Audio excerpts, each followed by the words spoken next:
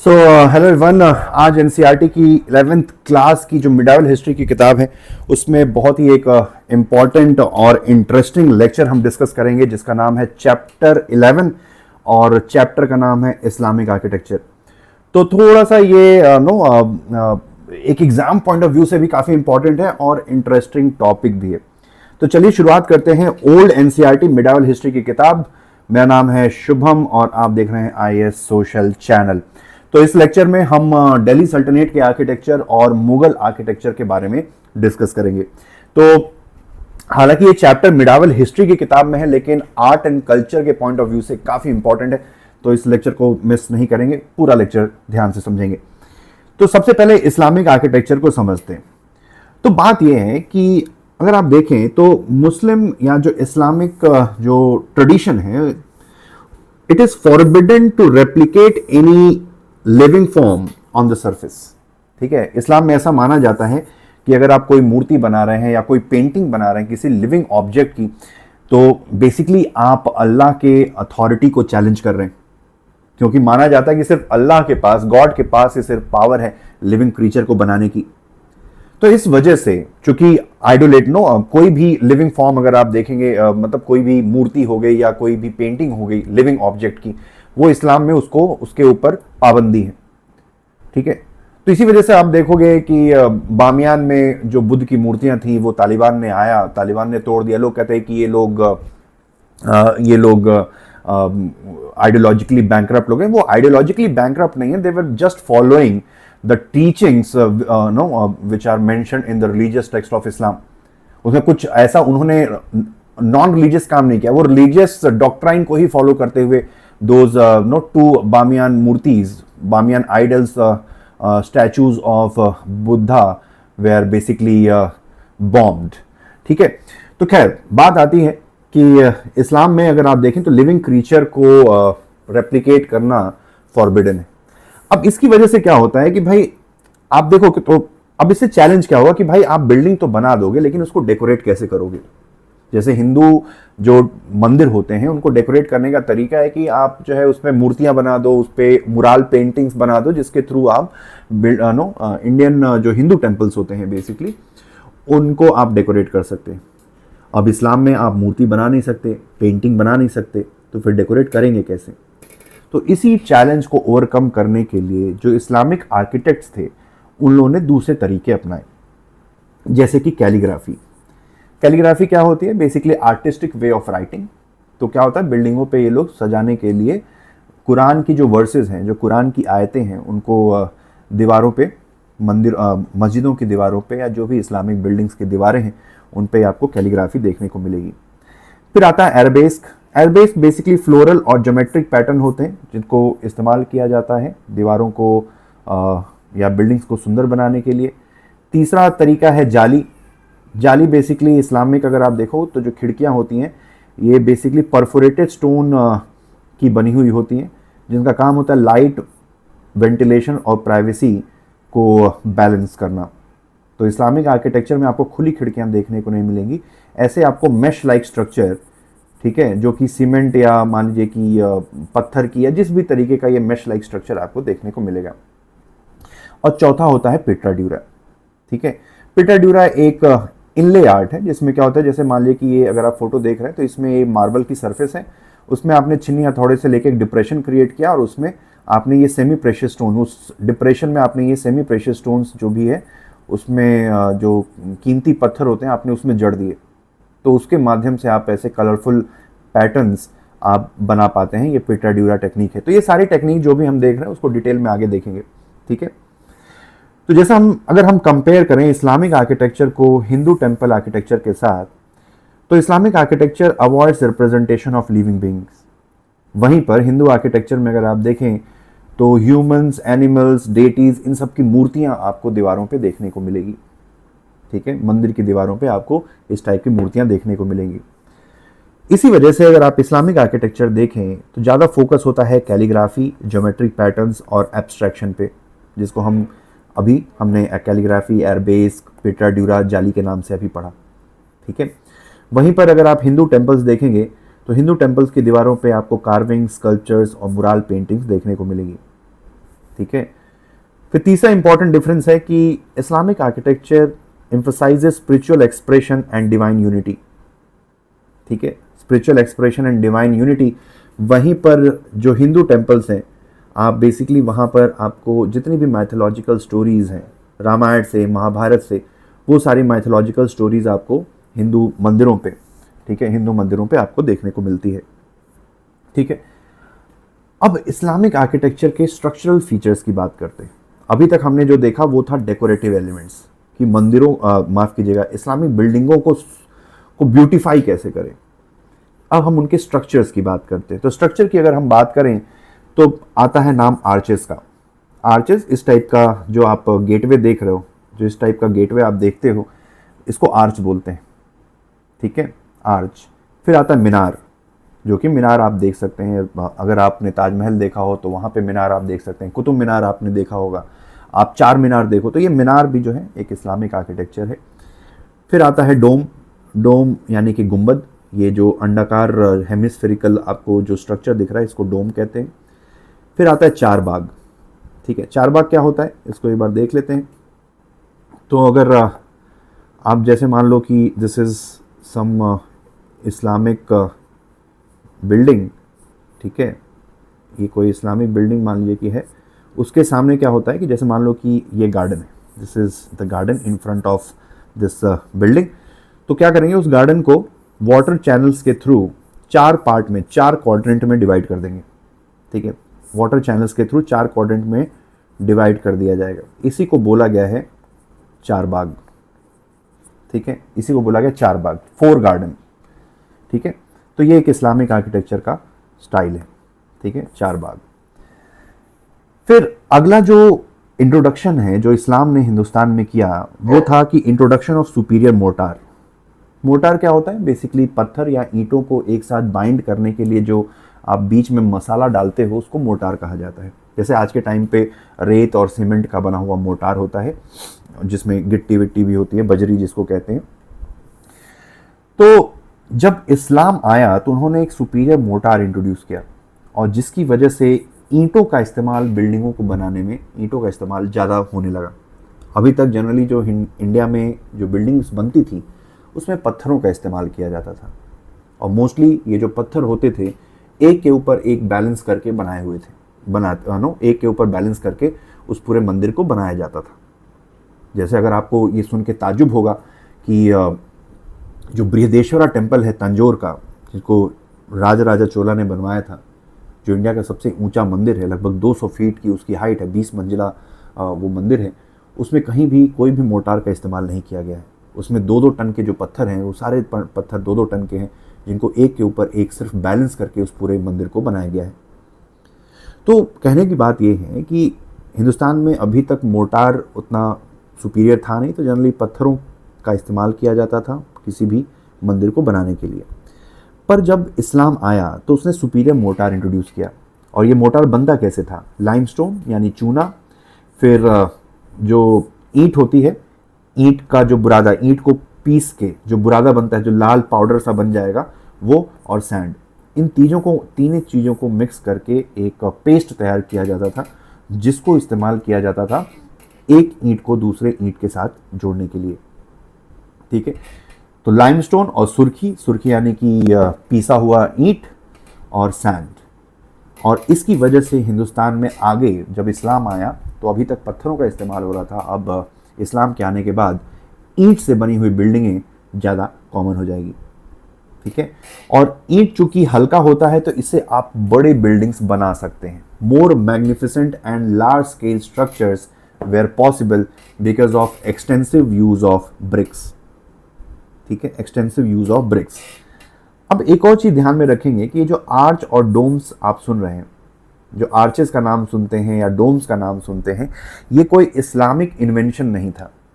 ये बेसिकली एक Roman, Byzantine empire का एक रोमन आर्किटेक्चरल स्टाइल है, जिसको हिंदुस्तान में इंट्रोड्यूस करने का काम इस्लामिक आर्किटेक्ट्स ने किया।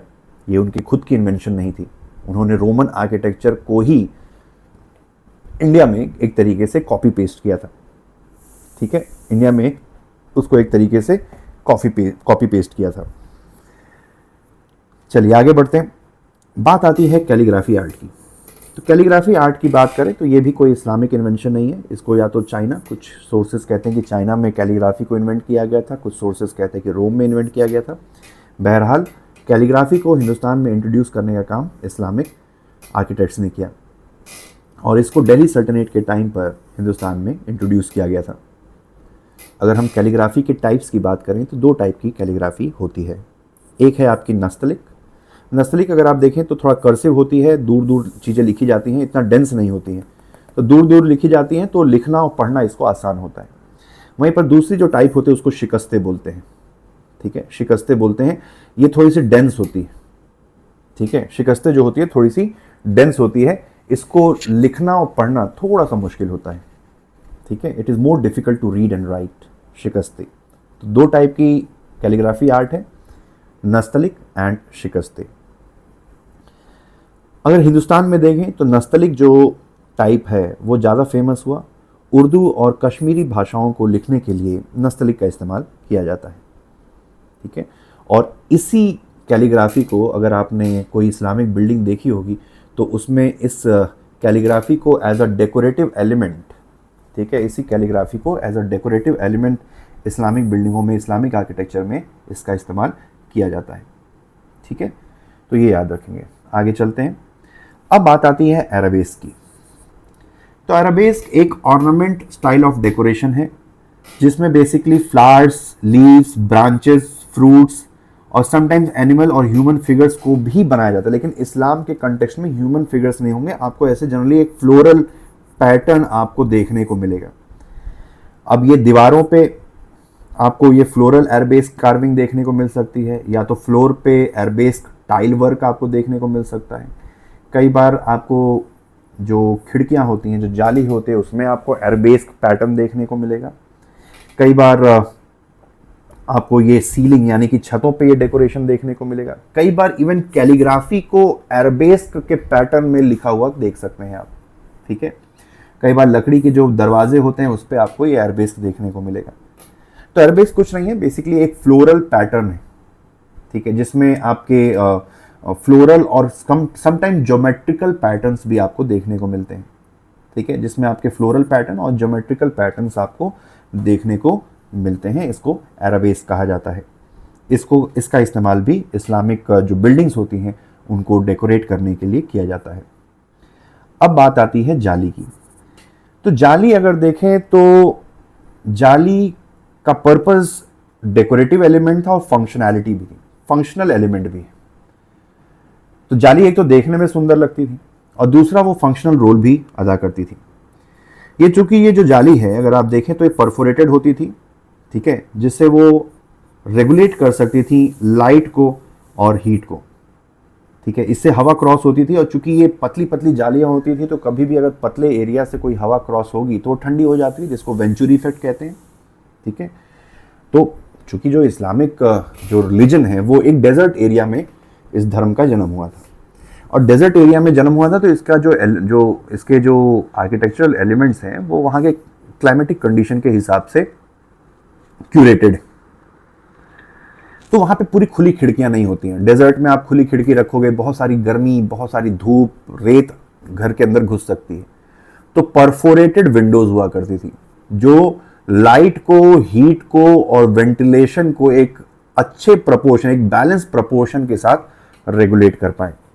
ठीक है, तो ये पर्पस था इन जालियों का। अब अगर आप आर्चेज, अगला जो एलिमेंट है वो है आर्चेज। तो हिंदुस्तान में इससे पहले ये वाला आर्किटेक्चर यूज होता था जिसको ट्रेबिटियन स्टाइल बोलते हैं, जिसमें क्या होता है, ये हॉरिजॉन्टल बीम है। ठीक है, आप देख सकते हैं हॉरिजॉन्टल बीम है जो कि इन 2 पिलर्स के ऊपर टिकी हुई है। इससे क्या होता है कि ये जो बीम है अपना सारा वेट अपने ऊपर ले लेती है और हॉरिजॉन्टली इस पिलर के माध्यम से अर्थ में ट्रांसफर कर देती है। ठीक है, इसको बोलते हैं ट्रेबिटियन स्टाइल। अब जो आर्कुएट स्टाइल होता है इसमें बेसिकली क्या होता है कि सारा जो वेट होता है, आप इस फोटो पे, इस फिगर में ध्यान दीजिए, जो सारा वेट होता है, ठीक है, ये जो सारा वेट है वो बेसिकली इस पे पड़ेगा। ठीक है, इस पे पड़ेगा और इसको बोलते हैं कीस्टोन। ये जो मेन पत्थर है जिसके ऊपर सारा वेट आ रहा है ऊपर वाले का, और फिर ये जो पत्थर है की स्टोन, ये सारे वेट को इस तरीके से पिलर्स में के थ्रू अर्थ में ट्रांसफर कर देगा। तो दिस इज कॉल्ड आर्कवेट स्टाइल। ठीक है, दिस इज कॉल्ड आर्कवेट स्टाइल। इसको थोड़ा समझ लेते हैं। अगर आप देखो जो इंडियन मंदिर हुआ करते थे, ठीक है, इंडियन अगर आप मंदिर देखो तो मान लीजिए कि ये एक इंडियन टेम्पल है, तो उसमें जो एंट्रेंस गेट होगा वो इस तरीके का होगा। ठीक है, इसको बोलते हैं ट्रेबिटियन स्टाइल, इस तरीके से हॉरिजॉन्टल। लेकिन जो इस्लामिक कोई बिल्डिंग होगी तो उसमें जो एंट्रेंस गेट होता है वो जनरली इस शेप का होता है। ये बोलता है आर्कवेट स्टाइल, ये हो गया ट्रेबिटियन स्टाइल। ठीक है, तो ये हो गया इंडियन टेम्पल आर्किटेक्चर या इंडियन आर्किटेक्चर, ये हो गया इस्लामिक आर्किटेक्चर। ठीक है, और ध्यान रखने वाली बात है कि आर्चेस भी कोई इस्लामिक इन्वेंशन नहीं था, ये भी एक रोमन आर्किटेक्चरल एलिमेंट है जिसको इंडिया में इंट्रोड्यूस करने का काम इस्लाम ने किया था। ठीक है, अब बात आती है डोम्स की।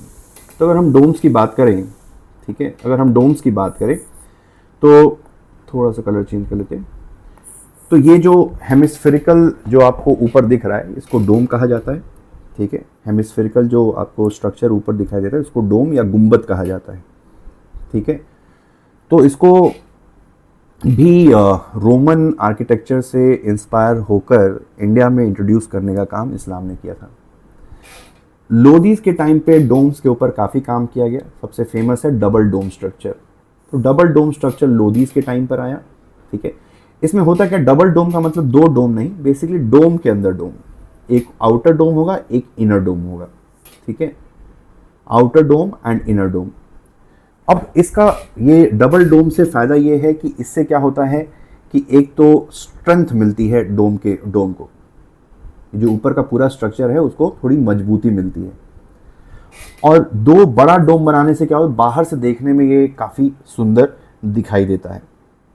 ठीक है, और छोटा एक अंदर डोम बनाने से क्या होता है कि जो हाइट होती है सीलिंग की, एक कंफर्टेबल हाइट होती है। नहीं तो अगर आप मान लीजिए कि अंदर बहुत बड़ा डोम है, अगर आप अंदर से देखें बहुत बड़ा डोम है तो उसमें बहुत ज़्यादा आवाज़ गूंजती है, आप कोई बात नहीं कर सकते, बहुत ज़्यादा आवाज़ गूंजती है। और अगर आप छोटा डोम बनाओगे तो बाहर से देखने को अच्छा नहीं लगेगा, इसी वजह से डोम के अंदर डोम बनाया जाता था। ठीक है, बड़ा डोम बाहर से देखने में उसको काफ़ी ग्रैंड लुक देगा, छोटा डोम अंदर का जो स्ट्रक्चर है उसको थोड़ा सा लिमिटेड साइज में रखेगा ताकि आवाज़ बहुत ज़्यादा ना गूंजे। ठीक है, और जो छोटा डोम है बड़े वाले ऊपर वाले डोम को एक स्ट्रेंथ भी प्रोवाइड करेगा। तो लोदीज ने बेसिकली इंडिया में डबल डोम स्ट्रक्चर इंट्रोड्यूस किया। ठीक है, जिसने आउटर डोम बेसिकली हाइट और इंप्रेसिव स्ट्रक्चर क्रिएट करेगा, जो इनर डोम है बेसिकली वो प्रोपोर्शनेट इंटीरियर प्रोवाइड करेगा, जिससे हम बोथ एस्थेटिक और फंक्शनैलिटी दोनों को बैलेंस कर पाएंगे। ठीक है, एस्थेटिक्स और जो फंक्शनैलिटी है दोनों को बैलेंस कर पाएंगे। अगला आता है पिट्रा ड्यूरा, जिसको हम परचीनकारी भी कहते हैं। ठीक है, परचीनकारी। तो basically pietra dura is an art of inlaying finely cut polished color stone into marble to form intricate design। तो जैसे मैंने बताया कि अगर आप ये फ़ोटो देखें तो एक मार्बल का एक वो लेंगे, स्लैब लेंगे, और उसमें छन्नी हथौड़े से हम डिप्रेशन क्रिएट करेंगे, छोटा छोटा डिप्रेशन क्रिएट करेंगे, और उसमें ये जो चमकदार जो पत्थर हैं उनको उसमें जड़ देंगे। इससे हमें एक floral pattern, colourful floral pattern देखने को मिलेगा। इसको बोलते हैं परचीनकारी या पिट्रा ड्यूरा। ये भी एक इटालियन टेक्निक है जिसको हिंदुस्तान में इंट्रोड्यूस करने का काम मुगलों ने किया। तो सबसे पहले अगर आप देखें तो जहांगीर के टाइम पर पिट्रा ड्यूरा का इस्तेमाल किया गया था, और बाद में शाहजहां के टाइम पे इसको और ज़्यादा पॉपुलराइज किया गया। तो जो पहली जो बिल्डिंग है जिसमें पिट्रा ड्यूरा का इस्तेमाल किया गया वो है टूम्ब ऑफ इत्मादुद्दौला। ठीक है, tomb of Itmaduddaula. Itmaduddaula basically Jahangir के ससुर थे और नूरजहां के पिता थे। तो ये जो टूम्ब है इत्मादुद्दौला का, इसको बनवाया था नूरजहां ने। ठीक है, जो टूम्ब ऑफ इत्मादुद्दौला है इसको नूरजहां ने बनवाया था, जो कि आगरा में मौजूद है। यही पहली बिल्डिंग है जिसमें पहली बार, ठीक है, पहली बार पिट्रा ड्यूरा का इस्तेमाल हमें देखने को मिलता है। बाद में शाहजहां ने पिट्रा ड्यूरा को और ज़्यादा पॉपुलराइज किया और ताजमहल की दीवारों पे काफ़ी ज़्यादा पिट्रा ड्यूरा का इस्तेमाल हमें देखने को मिलता है। फिर चारबाग की बात करते हैं। चारबाग हमने ऑलरेडी डिस्कस किया हुआ है। आप देख सकते हैं कि ये इस्लामिक मान लीजिए बिल्डिंग है, इसके सामने इस तरीके से वाटर चैनल का इस्तेमाल करते हुए हमने बागीचे को 4 पार्ट्स में डिवाइड किया है। तो देखा जाए तो चारबाग स्टाइल जो है बाबर ने इंडिया में इंट्रोड्यूस किया था, ठीक है, और ये बेसिकली सेंट्रल एशिया से बाबर ने कॉपी करके हिंदुस्तान में इंट्रोड्यूस करने का काम किया था। सबसे पहला हमें जो चारबाग देखने को मिलता है वो है आगरा में बाबर ने बनवाया था, उसका नाम है आराम बाग, ठीक है। आराम बाग सबसे पहले बाबर ने बनवाया था और आराम बाग में हमें इस चारबाग स्टाइल ऑफ आर्किटेक्चर का हमें एग्जाम्पल देखने को मिलता है, ठीक है। तो बाकी सारी डिटेल वही सेम चीज़ है, इतना ज़्यादा इम्पॉर्टेंट नहीं है, इसको स्किप कर सकते हैं, मोटा मोटा याद रखेंगे चारबाग के बारे में, ठीक है। अब आर्किटेक्चर अंडर दिल्ली सल्तनत, ठीक है, इस्लामिक आर्किटेक्चर अंडर दिल्ली सल्तनत। तो स्लेव डायनेस्टी से शुरुआत करते हैं। तो स्लेव डायनेस्टी 1206 से 1290। तो कुतुबुद्दीन ऐबक के टाइम पर 2.5 दिन का झोपड़ा बनाया गया अजमेर में, काफ़ी आजकल न्यूज़ में भी रहता है। 2.5 दिन का झोपड़ा बेसिकली एक मॉस्क है, ठीक है। 2.5 दिन का झोपड़ा एक मॉस्क है जिसको एक संस्कृत कॉलेज और जैन टेम्पल को तोड़कर इसको बनवाया गया था, ठीक है। अब इसका नाम 2.5 दिन का झोपड़ा क्यों पड़ा, इसके पीछे जो हिस्टोरियंस हैं उनकी जो व्यूज़ हैं वो डिवाइडेड हैं। कुछ लोग कहते हैं कि 2.5 दिन में बना था, लेकिन 2.5 दिन में कोई इतनी बड़ा स्ट्रक्चर बना पाना पॉसिबल नहीं है। बेसिकली इसका नाम 2.5 दिन का झोपड़ा इसलिए पड़ा क्योंकि यहाँ पे एक मेला लगता था जो 2.5 दिन चलता था, ठीक है। तो इसको 2.5 दिन का झोपड़ा बोला गया। ये बेसिकली एक मॉस्क है जिसको कुतुबुद्दीन ऐबक ने बनवाया था, जो कि he was the founder of slave dynasty. दूसरा जो है बिल्डिंग जो कुतुबुद्दीन ऐबक ने बनवाया उसका नाम था कुव्वतुल इस्लाम मॉस्क, ठीक है। इसको हिंदू और जैन मंदिरों को तोड़कर इस मस्जिद को बनवाया गया, जो कि उसी टेम्पल उसी कॉम्प्लेक्स में, कुतुब मीनार कॉम्प्लेक्स में ये आपको कुव्वतुल इस्लाम मॉस्क मौजूद है, ठीक है। कुव्वतुल इस्लाम, कुव्वत का मतलब होता है औकात या माइट बोल लीजिए, माइट ऑफ इस्लाम। तो चूंकि कुतुबुद्दीन ऐबक ने बहुत सारे हिंदू राजाओं को हराया, तो इसने अपने इस्लाम का डोमिनेंस एस्टैब्लिश करने के लिए उसने इस मॉस्क का नाम दिया कुव्वतुल इस्लाम मॉस्क, ठीक है। और तीसरा जो इम्पोर्टेंट स्ट्रक्चर है जो कुतुब मीनार, ये भी कुतुबुद्दीन ऐबक ने बनवाया था अपने एक सूफी संत कुतुबुद्दीन बख्तियार काकी के रेफरेंस में, ठीक है। तो देखा जाए तो कुतुब मीनार का जो कंस्ट्रक्शन है वो कुतुबुद्दीन ऐबक ने शुरू किया, लेकिन इल्तुतमिश ने इस कंस्ट्रक्शन को कंप्लीट किया, ठीक है। अगर आप देखें तो सिर्फ एक ही मंजिला बन पाई थी, उसी टाइम पर कुतुबुद्दीन ऐबक की मौत हो जाती है चौगन खेलते हुए, यानी हॉर्स पोलो खेलते हुए। बाकी दूसरे से लेकर चौथी मंजिल, दूसरी, तीसरी और चौथी, ये 3 मंजिलें जो है इल्तुतमिश ने कंप्लीट कराई थी। और आखिरी में 5वीं जो मंजिल है ये फिरोज शाह तुगलक ने 14th सेंचुरी में कंप्लीट कराई थी। तो 3 अलग अलग सुल्तानों ने कुतुब मीनार को बनाने में अपना कंट्रीब्यूशन दिया था। ये 5 मंजिला मीनार है जिसकी पहली मीनार कुतुबुद्दीन ऐबक ने बनवाई, ठीक है। पहली मीनार कुतुबुद्दीन ऐबक ने, दूसरी, तीसरी और चौथी ये बनवाई थी इल्तुतमिश ने। इल्तुतमिश जो है दूसरे राजा थे स्लेव डायनेस्टी के, और ये दामाद भी थे कुतुबुद्दीन ऐबक के। और जो आखिरी है ये फिरोज शाह तुगलक ने बनवाई थी, जो कि तुगलक डायनेस्टी के राजा थे, ठीक है। अब खलजी डायनेस्टी के बारे में देखते हैं। तो खलजी डायनेस्टी में अलाउद्दीन खिलजी ने एक किला बनवाया दिल्ली में, जो कि साउथ दिल्ली में मौजूद है, सीरी फोर्ट इसको कहते हैं, ठीक है, सीरी फोर्ट। और बेसिकली इस किले का मेन पर्पस था मंगोलों के आक्रमण से बचने के लिए, कि कभी अगर मान लीजिए कि दिल्ली के ऊपर अगर मंगोल्स का हमला हो जाए तो राजा अपनी जान बचा सके। तो इसी चक्कर में सीरी फोर्ट को बनवाया गया था, ठीक है। फिर खलजीज राजाओं ने हॉर्स शू शेप आर्चेस को इंट्रोड्यूस किया था। हॉर्स शू शेप, अगर आप इस आर्च का वो देखें, शेप देखें, तो ऐसा घोड़े की नाल जैसा दिखाई देता है, ठीक है, हॉर्स शू शेप। दूसरा इंपॉर्टेंट स्ट्रक्चर है अलई मीनार। ये भी अलाउद्दीन खिलजी ने इस मीनार की शुरुआत करी थी। इसका मेन गोल था कि कुतुब मीनार से डबल साइज़ की एक मीनार वो बनवाएगा। हालांकि उससे पहले ही अपना सपना पूरा होने से पहले उसकी मौत हो जाती है। और आज कभी भी अगर आप कुतुब मीनार कॉम्प्लेक्स में जाएंगे तो एक ये ईंट के ढेर जैसी ये मीनार दिखाई देती है, क्योंकि इसका कंस्ट्रक्शन कभी भी कंप्लीट नहीं हो पाया। सो उससे पहले सुल्तान की मौत हो जाती है और ये इसका स्ट्रक्चर जो है अनफिनिश्ड रह जाता है। और आज के टाइम पे ये एक ईंट के ढेर की तरह ये मीनार दिखाई देती है। तीसरा जो इम्पोर्टेंट स्ट्रक्चर है अलई दरवाज़ा। तो ये जो आप देख रहे हैं, ये जो पूरा स्ट्रक्चर देख रहे हैं, ये बेसिकली कुव्वतुल इस्लाम मॉस्क है, जिसको कुतुबुद्दीन ऐबक ने बनवाया था।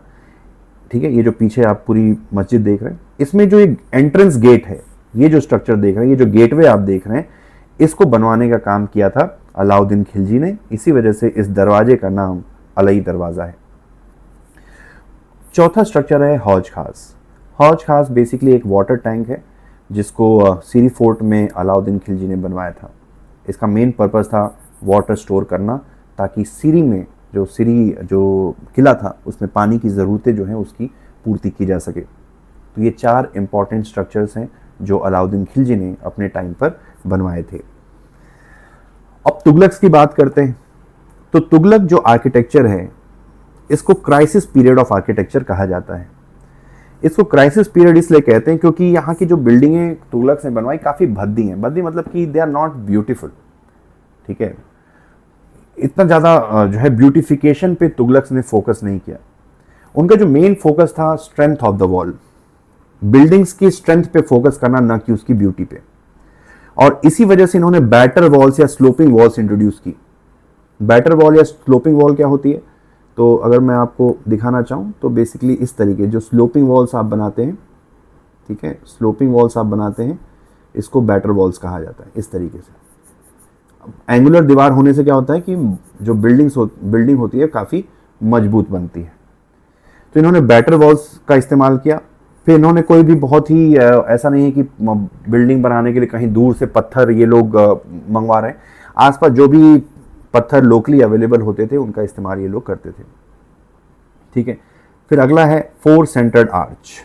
4 सेंटर्ड आर्च का मतलब है कि कोई भी अगर आप आर्च पे ध्यान देंगे तो ये इस पे आपको 4 सेंटर्स देखने को मिलेंगे। 4 सेंटर्स, ठीक है, 4 सेंटर्स। आप ऐसे जैसे अगर आपको मैं बना के दिखाना चाहूँ तो दिस साइड लाइक दिस, ठीक है। तो इनके जो आर्चेस थे इस शेप की होती थी, इस टाइप की 4 सेंटर्ड आर्चेस। इसको तुगलक्स ने इंट्रोड्यूस किया था। फिर इनके टाइम पे जो डोम्स थे वो पॉइंटेड डोम्स बनने लगे, और जो इनके टूम्ब है वो ऑक्टोगोनल शेप के हैं, यानी कि 8 साइड्स के जो उनका जो प्लान है वो ऑक्टोगोनल है। अगर मैं इसको बनाने की कोशिश करूं तो लगभग ये इस तरीके से दिखाई देगा, ठीक, ऑक्टोगोनल शेप।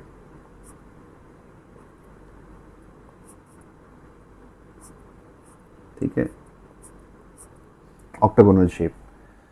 तो इनके जितने भी तुगलक राजा हैं उनके जो टूम है, जैसे जियासुद्दीन तुगलक का जो टूम है वो ऑक्टागोनल शेप में बनाया गया है, और सेम आपको लोदीज में भी देखने को मिलेगा। फिर जियासुद्दीन तुगलक ने एक नए शहर को एस्टैब्लिश किया जिसका नाम था तुगलकाबाद। ठीक है, फिर बाद में मोहम्मद बिन तुगलक ने भी दिल्ली में एक नया शहर बनाया जिसका नाम रखा जहांपना। ठीक है, जिसका नाम रखा जहांपना। फिर मोहम्मद बिन तुगलक ने एक ऑब्जर्वेटरी बनाई, जैसे जंतर मंतर जैसी एक ऑब्जर्वेटरी बनाई जिसका काम था एस्ट्रोनॉमिकल कैलकुलेशन करना। इसका नाम रखा उन्होंने विजय मंडल, विजय मंडल। ठीक है, और जैसा मैंने बताया था कि जो तुगलक्स हैं वो स्ट्रेंथ और फंक्शनैलिटी पे ज़्यादा एम्फसाइज करते हैं, ना कि ब्यूटी और डेकोरेशन पे, और इसी वजह से तुगलक आर्किटेक्चर को क्राइसिस पीरियड ऑफ आर्किटेक्चर भी कहा जाता है। ठीक है, फिर कुछ इंट्रोडक्शन आपको फिरोज शाह तुगलक के टाइम पर भी देखने को मिलेगा। ठीक है, जिसमें आपको उन्होंने एक नया शहर इंट्रोड्यूस किया, फिरोजाबाद। ठीक है, फिरोजाबाद करके एक नया शहर इंट्रोड्यूस किया। जैसे कि अगर आप देखें तो मोहम्मद बिन तुगलक ने जहांपना बनाया था, जियासुद्दीन तुगलक ने तुगलकाबाद बनाया था, वैसे ही फिरोज शाह तुगलक ने फिरोजाबाद बनाया। ठीक है, फिर फिरोज शाह तुगलक ने कुछ और इंट्रोडक्शन किए। ठीक है, फिरोज शाह तुगलक ने अशोक के दो पिलर्स, ठीक है, एक मेरठ पिलर है, एक Topra pillars. Topra pillar basically Haryana में लोकेटेड है और मेरठ पिलर ये अशोकन पिलर्स थे, उसको उखाड़ के फिरोज शाह तुगलक दिल्ली लेकर आए। ठीक है, फिरोज शाह तुगलक दिल्ली लेकर आए। फिर अगर आप मोहम्मद बिन तुगलक की बात करें तो जियासुद्दीन तुगलक का टूम बनाने का जो श्रेय है वो मोहम्मद बिन तुगलक को जाता है। ठीक है, अब बात करते हैं लोधी आर्किटेक्चर की। तो लोधीज ने बेसिकली सिर्फ टूम और मकबरे बनवाए और कोई बिल्डिंग नहीं बनाई, सिर्फ उन्होंने टूम और मकबरे बनाए। इसको लोधी स्टाइल या पठान स्टाइल भी कहा जाता है, क्योंकि जो लोधीज थे, अगर आप बाकी दिल्ली सुल्तान देखेंगे तो बाकी दिल्ली सुल्तान टर्किश ओरिजिन के थे, सिर्फ लोधीज ही ऐसे थे जो कि अफगान ओरिजिन के थे, वो पठान थे। तो इस वजह से इनके स्ट्रक्चर को पठान स्टाइल ऑफ आर्किटेक्चर भी कहा जाता है। और ये फेमस थे अपने टूम के लिए, अपने मकबरे के लिए। तो लोधी गार्डन जो दिल्ली में है, जो काफी फेमस है, वहां पर जितने भी लोधी सुल्तान हैं उनको दफनाया गया है, उनके सबके जो मकबरे हैं आपको इस लोधी गार्डन में देखने को मिलेंगे। ठीक है, अब ये जो टूम है दो तरीके के हुआ करते थे। ठीक है, अगर मान लो कि कोई रॉयल फैमिली का मेंबर मरा है, उसका टूम है तो वो ऑक्टोगोनल शेप का होगा, और अगर किसी नोबल का यानी कोई हाई रैंकिंग ऑफिसर का अगर टूम है तो वो बेसिकली आपको स्क्वायर टूम देखने को मिलेगा। तो दो तरीके के स्ट्रक्चर आपको देखने को मिलते हैं। रॉयल्टी का अगर होगा तो ऑक्टोगोनल शेप का होगा, अगर कोई नोबल होगा तो वो स्क्वायर टूम आपको देखने को मिलता है। और उसके अलावा मैं पांचवी बात मैंने बताई थी कि लोधीज ने डबल डोम स्ट्रक्चर को इंट्रोड्यूस किया था। डबल डोम स्ट्रक्चर का पर्पस क्या था वो हम ऑलरेडी डिस्कस कर चुके हैं। ठीक है, तो ये था बेसिकली इस्लामिक आर्किटेक्चर। अगर आपको लेक्चर पसंद आया तो please subscribe to this channel. आप इसको शेयर भी करिए अपने दोस्तों के साथ, सो दैट उनको भी फ़ायदा हो। And don't forget to like it, because your love and affection gives me the strength and motivation to keep